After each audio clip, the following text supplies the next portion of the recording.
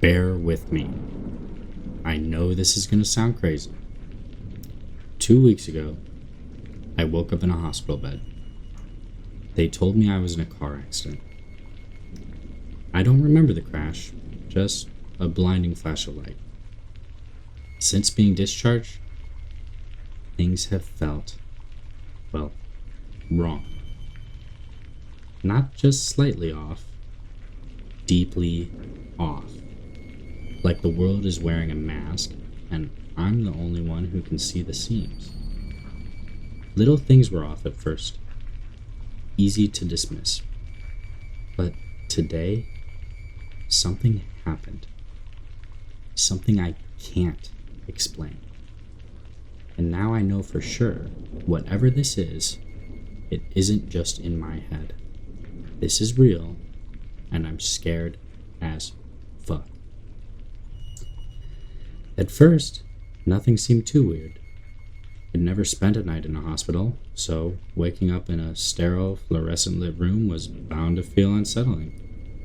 I brushed it off. My parents were more doting than usual, but for people whose son had just almost died, they took it surprisingly well. At least until we got to the car. That's when the concern cracked, and the disappointment seeped through. They scolded me for wrecking my 2003 Saturn shitbox, calling me reckless. The words sounded right. Worried. Even empathetic. But something was off. My mom's face kept shifting, like she couldn't settle on how she was supposed to feel. My dad, though, he barely moved. He sat rigid, staring straight ahead, as if turning his head wasn't an option. But I could feel him watching me. His gaze lingered in the rearview mirror, heavy and cold. Each time I glanced up, I'd catch his eyes for just a split second before he snapped them back to the road. But I knew he was never really looking away. After the 6th time, I stopped looking away too. The mirror became a silent one-way standoff as I waited for him to scold me through it again. He didn't so much as glance at it for the rest of the drive. It was a short drive. None of this was cause for concern, really. Nothing that followed was all that crazy, but when we got home, I felt a shift. Coming from the harsh fluorescence of the hospital and the golden stretch of road outside, I wasn't prepared for the cool dimness of the house. It wasn't dark, exactly. Mom always kept the shades open. She liked the light. But now they weren't quite shut. Just not open enough. Like someone had hesitated halfway and left them there. My family didn't linger. After some pleasantries, Mom disappeared in the master bedroom, Dad went back to work, and I was left alone on the living room couch. I popped a Tylenol, took a few hits from the pen in the bathroom, and settled in. The rest of the day was mostly silent, aside from the occasional sound of Mom's bedroom door opening and closing. I wasted my time scrolling on my phone, barely aware of the shifting sunlight, until a beam stretched across the room and hit my eyes. I turned from my pillow to the armrest, bought myself another 20 minutes. Then another beam crept up, warming my feet like some kind of passive-aggressive warning from the sun. Alright, message received. I sighed, peeled myself off the couch, and mumbled, "Fuck it, you win," before dragging myself to my room. I was asleep before I could think too much about it. The week that followed was unusual, to say the least. It was summer break, and normally I'd be stocking shelves at Walmart or messing around with my friends, but doctor's orders were pretty straightforward. You've got a concussion, don't be an idiot. No standing for long periods, no heavy lifting, no unnecessary risks. Fine by me. I got a doctor's note, a couple of weeks off, and a temporary escape from the joys of minimum wage labor. It wasn't the end of the world. Part-time jobs come and go. For now, I just had some headaches and a free pass to lay low. Better than risking something worse. Whether it was from dreading work or from one of my friends intentionally checking a basketball into my skull because we're overcompetitive degenerates. I didn't really care to go outside much. The weather hadn't been as sunny as the first day I got back. Clouds hung low, thick and unmoving, like they were pressing down on the neighborhood. Even when the sun did break through, it was this weak, watery light that barely seemed to touch the ground. It just made staying inside feel more justified. So I did. I moved the Xbox from the basement to my room. Normally, that would have been a no-go, but if anyone asked, I'd just plead the concussion card and call it a win. No one even commented on it, which felt strange, like they should have, but didn't. I just holed up, gaming, eating, zoning out in front of Skyrim lore videos in the living room, whatever. Aside from family dinners, I didn't talk to my parents much. The conversations at the table were dull, barely conversations at all. Dad was working later than usual, often slipping away right after eating. Mom was around, I knew that much. I heard her. The bedroom doors opening and closing, the creak of the floorboards when she walked, the soft shift of her feet brushing across the carpet upstairs. But I barely saw her. Not in the kitchen, not in the living room, not even when I grabbed snacks at night.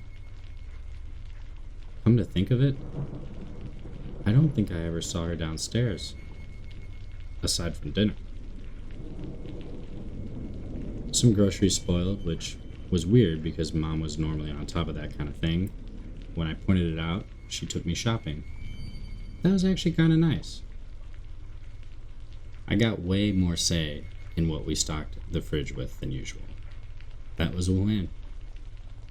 But as we wandered the aisles, I noticed something. People were staring at me. Not in a casual, passing way. Intensely. Like they were trying to memorize my face, or maybe like they weren't sure what they were looking at. Each time I caught someone, they snapped their head away like they hadn't been watching at all. But the feeling stayed. Not a single person looked like they could hold a normal expression on their faces. It was like they shifted through raw emotions during the most mundane tasks. I began to feel in danger. And worse, I started to notice something else. As Mom and I passed people, I swore I could hear them pivot to watch me after we walked by. I never actually saw it happen, but I could hear it. The soft squeak of a shoe turning, the faint rustle of fabric shifting. I wanted to ask Mom if she noticed anything, but the words stuck in my throat. If she hadn't, I'd sound crazy.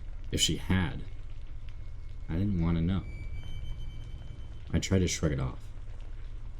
I'd been a complete goblin for the past week, barely keeping up with shaving, and yeah, my facial hair was patchy as hell. Maybe I just looked like a mess. Maybe I was imagining things. Whatever. When I got back home, I hopped on Xbox and made plans with some friends for later in the week and told myself I'd get cleaned up by then. Everything was fine. Everything was fine. 2 days passed. Nothing noteworthy, just my growing awareness of how off everything felt. Mom was moving around more and more. At least, I think she was. I'd hear her footsteps, soft shuffling noises that always seemed to stop right outside my door. The first few times I brushed it off. Maybe she was just passing by. Maybe she was listening for signs that I was awake. But the more I paid attention, the more it felt deliberate. The house was dim. Sure. But my room wasn't. I kept my bay window shades open, letting in just enough light to make it feel normal. At least less like the rest of the house. The hallway outside, though, it was always in shadow. There was only one time of the day where light from the high windows in the living room even touched my door, and it wasn't now. That's why I knew I shouldn't have seen anything, and yet I did. I heard her. that same soft shuffle. I glanced over the edge of my bed, half expecting nothing, just another trick of my nerves. But for a split second, I saw them. Her toenails. Just at the edge of the door. The instant I registered them, they shot back, too fast. So fast it was like they hadn't been there at all. But I knew what I saw. The carpet where they'd been left the faintest depression before slowly rising back into place. My stomach twisted. Okay, that was it. No more dab pen. No more convincing myself I wasn't tripping out when clearly I was seeing shit. I waited, listened, heard her shuffle away. The door clicked shut. I exhaled, rubbed my face, and stood up. Enough of this. I needed to get out of the house. Needed to see my friends. James, Nikki D, and Tyler. The goal was simple. Sober up, ground myself, and maybe, just maybe, bring up what was going on. Over Xbox, they all sounded completely normal. I'd only mentioned a few things in passing, nothing that set off any alarms for them. Most of our talks had just been about girls from our school, memes, and bullshitting in the Rainbow Six Siege lobbies. Maybe I was just overthinking. Maybe everything was fine. But as I grabbed my keys and headed for the door, I couldn't shake the feeling that somewhere upstairs, Mom was listening. Obviously, driving wasn't an option. My car was totaled. My parents handed me $250 for the scrap it was apparently worth, and that was that. So I dusted off my old bike from the shed in the back. I didn't even glance at the house on my way out. Didn't need to see my creepy-ass mom peeking from the upstairs window like some horror movie extra. If I did, I'd probably swerve straight into traffic just to avoid dealing with it. Instead, I shoved the thoughts down and let myself believe, for just a little longer, that I was just tripping balls.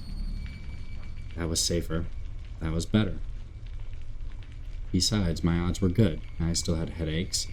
I was still a little stoned. I was still taking Tylenol. Put it all together, and maybe my brain was just running like a laggy Xbox. I rode up to the high school football field in about 20 minutes and hopped the fence. Everyone was already there. James, Nikki D, and Tyler. And what followed? It was awesome. The dap-ups were a little stiff at first, but once we got going, everything fell into place. We had a pump, a football, which lasted about 10 minutes before it needed air again, and a frisbee. The sun was bright for the first time since I'd left the hospital, and for the first time in days, I felt good. I'd shaved, I was surrounded by my friends, and I started to think, no, I started to hope that maybe I'd just been missing out on real in-person socialization. I almost fell for it. I almost let myself believe everything was fine. We played for hours. Eventually we were wiped, ready to debrief before heading home. I was closest to the corner of the field where the old water pump was. So I went first, yanked the lever, let the water rush out, cut my hands, drank. The others chatted behind me, their voices blending with the soft splash of the pump. Refreshed, I wandered back to where we'd been playing frisbee, flopped onto the grass, and pulled out my phone. The sun was brutal, washing out the screen. I tilted it, angling downward to block the glare, squinting as I reached for the power button. And then I froze, because in the black reflection of my phone's screen, I saw them, all three of them, standing at that water pump, staring at the back of my head. James and Tyler's faces were wrong. Their jaws hung open, too wide, far past what should have been possible. It wasn't just slack, it was distorted. Their bottom lips curled downward just enough to reveal the lower rows of their teeth. Their heads tilted forward, eyes locked onto me, shoulders hunched, arms dangling too loosely at their sides. They looked like something out of a nightmare. Like The Scream, but worse. Nicky wasn't as bad. He was staring too, but his face shifted, the same way my mom's did when she picked me up from the hospital. Like, he couldn't quite get it right. And yet, their conversation hadn't stopped. Their voices came out perfectly, flowing like normal. But James and Tyler weren't moving their mouths. The water pump was still running. I had my phone up for maybe a second, but my whole body jerked like it'd been stabbed. My fingers fumbled, and my phone slid from my hands, landing in the grass with a soft thud. Nicky asked if I was good.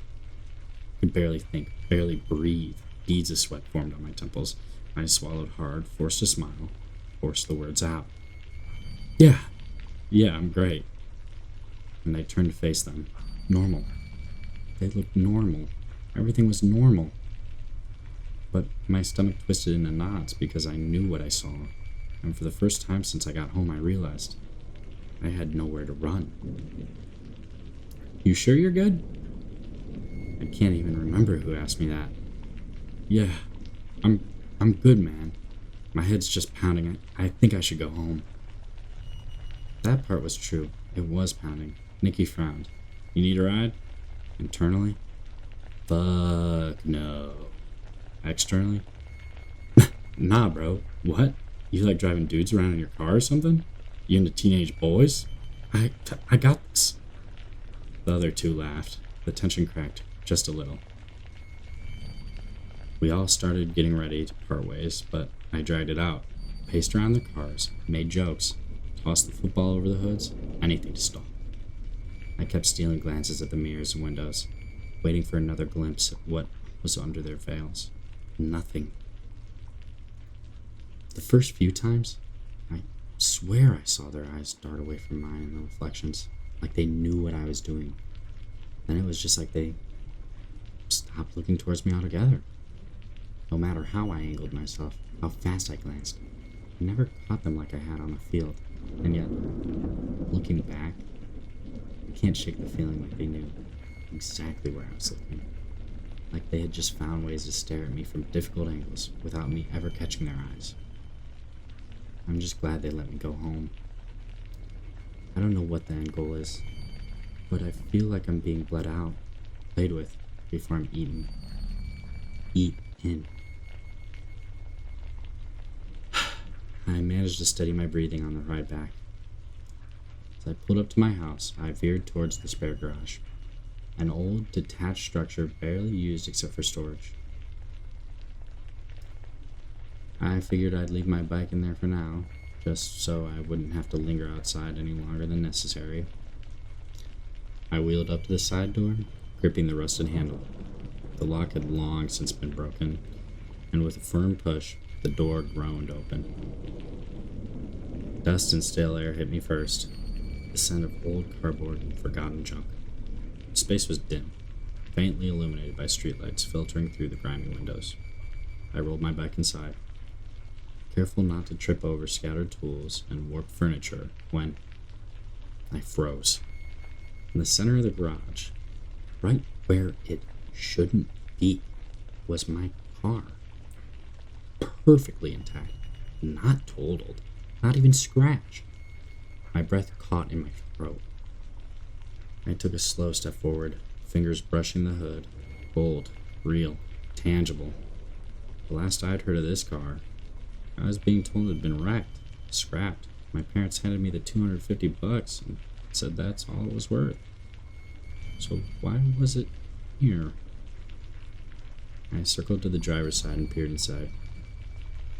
Keys weren't in the ignition, but they dangled from the dash. Something was off. The seat, normally adjusted to fit me, was pushed all the way back, like someone much taller had been sitting there. A low tremor crawled up my spine. The car, despite being untouched, was covered in dust. How long was I in the hospital? Doesn't matter. It was getting dark. I did a quick fluid check, ran my hands over the tires, making sure it'd be ready if I needed it, then jogged back to the house. The second I stepped through the front door, it hit me again. Rapid. Aggressive shuffling. Door slam. And in a voice too casual, too normal, to be real. Honey, you missed dinner. Want me to heat some up for you? Nope. It's okay, Mom, I'll handle it. The living room TV was blue screened, casting a sickly glow over the open floor plan. I didn't dare mess with my parents' setup. At this point, they had to know I was onto them, and I would do nothing to disturb their peace. I grabbed some snacks from the fridge, went straight to my room, locked the door, dug out my old iPod Gen 6 from middle school, buried in a shoebox, and set it to charge. For a while, I just sat there, listening. It was too quiet. I FaceTimed the iPod from my phone, hesitating, debating whether I should even leave my room. The upstairs layout was simple. 4 rooms. Mine was first on the left at the top of the stairs. My parents' was last on the right. At the very end, a closet where we kept the detergent and towels. My bathroom was the last door on the left. The plan was simple. A strategic iPod drop-off during my next bathroom run. I executed flawlessly, waiting for the next round of patrolling before slipping out. I cracked the closet door just enough to give my iPod a view down the hall, plugged the charger in beneath the bottom shelf, and left it there. A hidden eye. A way to see what my parents really looked like when they thought no one was watching. I almost regret this decision. It seemed fine when I got back into my room and locked the door. I quietly angled my dresser in front of it, wedging my desk chair as tightly as I could under the handle. Too much movement. I heard my parents' door fly open, slamming into the inside wall of their bedroom. By the time I grabbed my phone, she was already there, standing at the end of the hallway, facing my door, swaying. She was past the weird shifting face that Nikki had. Whatever this is, there's stages. Her jaw wasn't just distended, it was stretched beyond its limit. The skin pulled so tight it dangled with every sway of her body. Even from here, I could see the bags under her eyes. Not just dark circles, but loose, sagging folds that drooped to her upper lip, exposing way too much dry, pink eyelid. Her hair, thin and patchy, clung to her scalp with a greasy sheen from the glow of the living room TV and the dim light spilling from the master bedroom. Her arms didn't hang. Her elbows were bent at a stiff, unnatural 90-degree angle. Shoulders hunched forward, wrists limp, long, bony fingers dangling. The only way I knew it was my mom was the pajama top. It clung to her sharp, skeletal frame, stretched over the ridges of her spine, hanging loose around her frail shoulders. She leaned in, pressed against the door, her head tilted, slow, deliberate, like she could see me through the wood, tracking exactly where I was. And then a whisper. "Honey, are you awake?" Her mouth didn't move. Lips stretched thin, jaw unhinged and frozen in that grotesque, slack-jawed state. But the words came out anyway. Perfectly clear, perfectly human. "I know you're up, honey. I just heard you moving." Yeah. I just moved some furniture around. I didn't like where my TV was." Pause. Then the whisper, again. Perfectly clear. Perfectly human. "Can I see?" My throat tightened. "Tomorrow," I lied. "I'm naked right now. I don't want to get dressed." "Please, please, please work." I was frozen, my face glued to my phone screen, not daring to look away from the grainy FaceTime feed. My breath barely made a sound.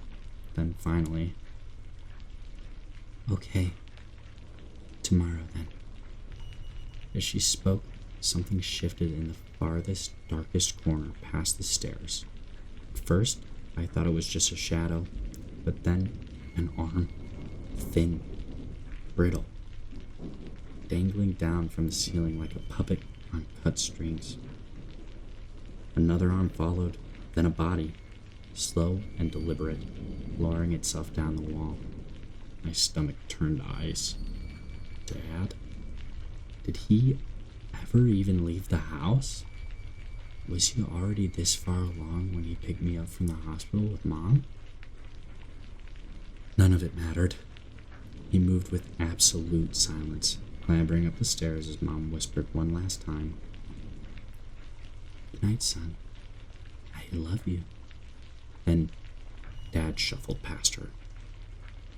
The same stiff, unnatural cadence Mom had been moving with for weeks.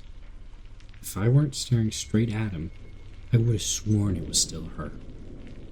He went to the master bedroom, closed the door, then, without making a single noise, he came back. A trick I would have surely fell for if I hadn't been watching them this whole time. He ended right behind where she was standing. And that brings me to now. For the past 2 hours, they've been outside my door. Every move I make, they track it through the wood, through the silence. It's 3:02 a.m. If I can just make it to daylight without passing out, I think I can open the bay window and jump. After that, straight to the spare garage, grab the car, and get the fuck out of town. I don't know how far this shit has spread, but I can't stay here. Oh, fuck. They're getting on the ground, lowering themselves, peeking under the door. I might have to go right now. Okay, fuck. I'll update this when I'm safe. Hey YouTube, Deanball here. Thanks for watching my first video. I love scary stories. I listen to them all the time on YouTube. And I made this channel because it's kind of running out of scary stories. A lot of them are Reddit reposts, and I'm not a crazy good writer, but I have a lot of ideas that I've wanted to put on paper for a while. So here I am. I hope you really enjoyed it. Hope you guys stick around and watch some more videos. Hopefully by the time you see this, I already have a second one up. If not, congrats on making it here early. Thank you for the support. I guess that's all. Have a wonderful night.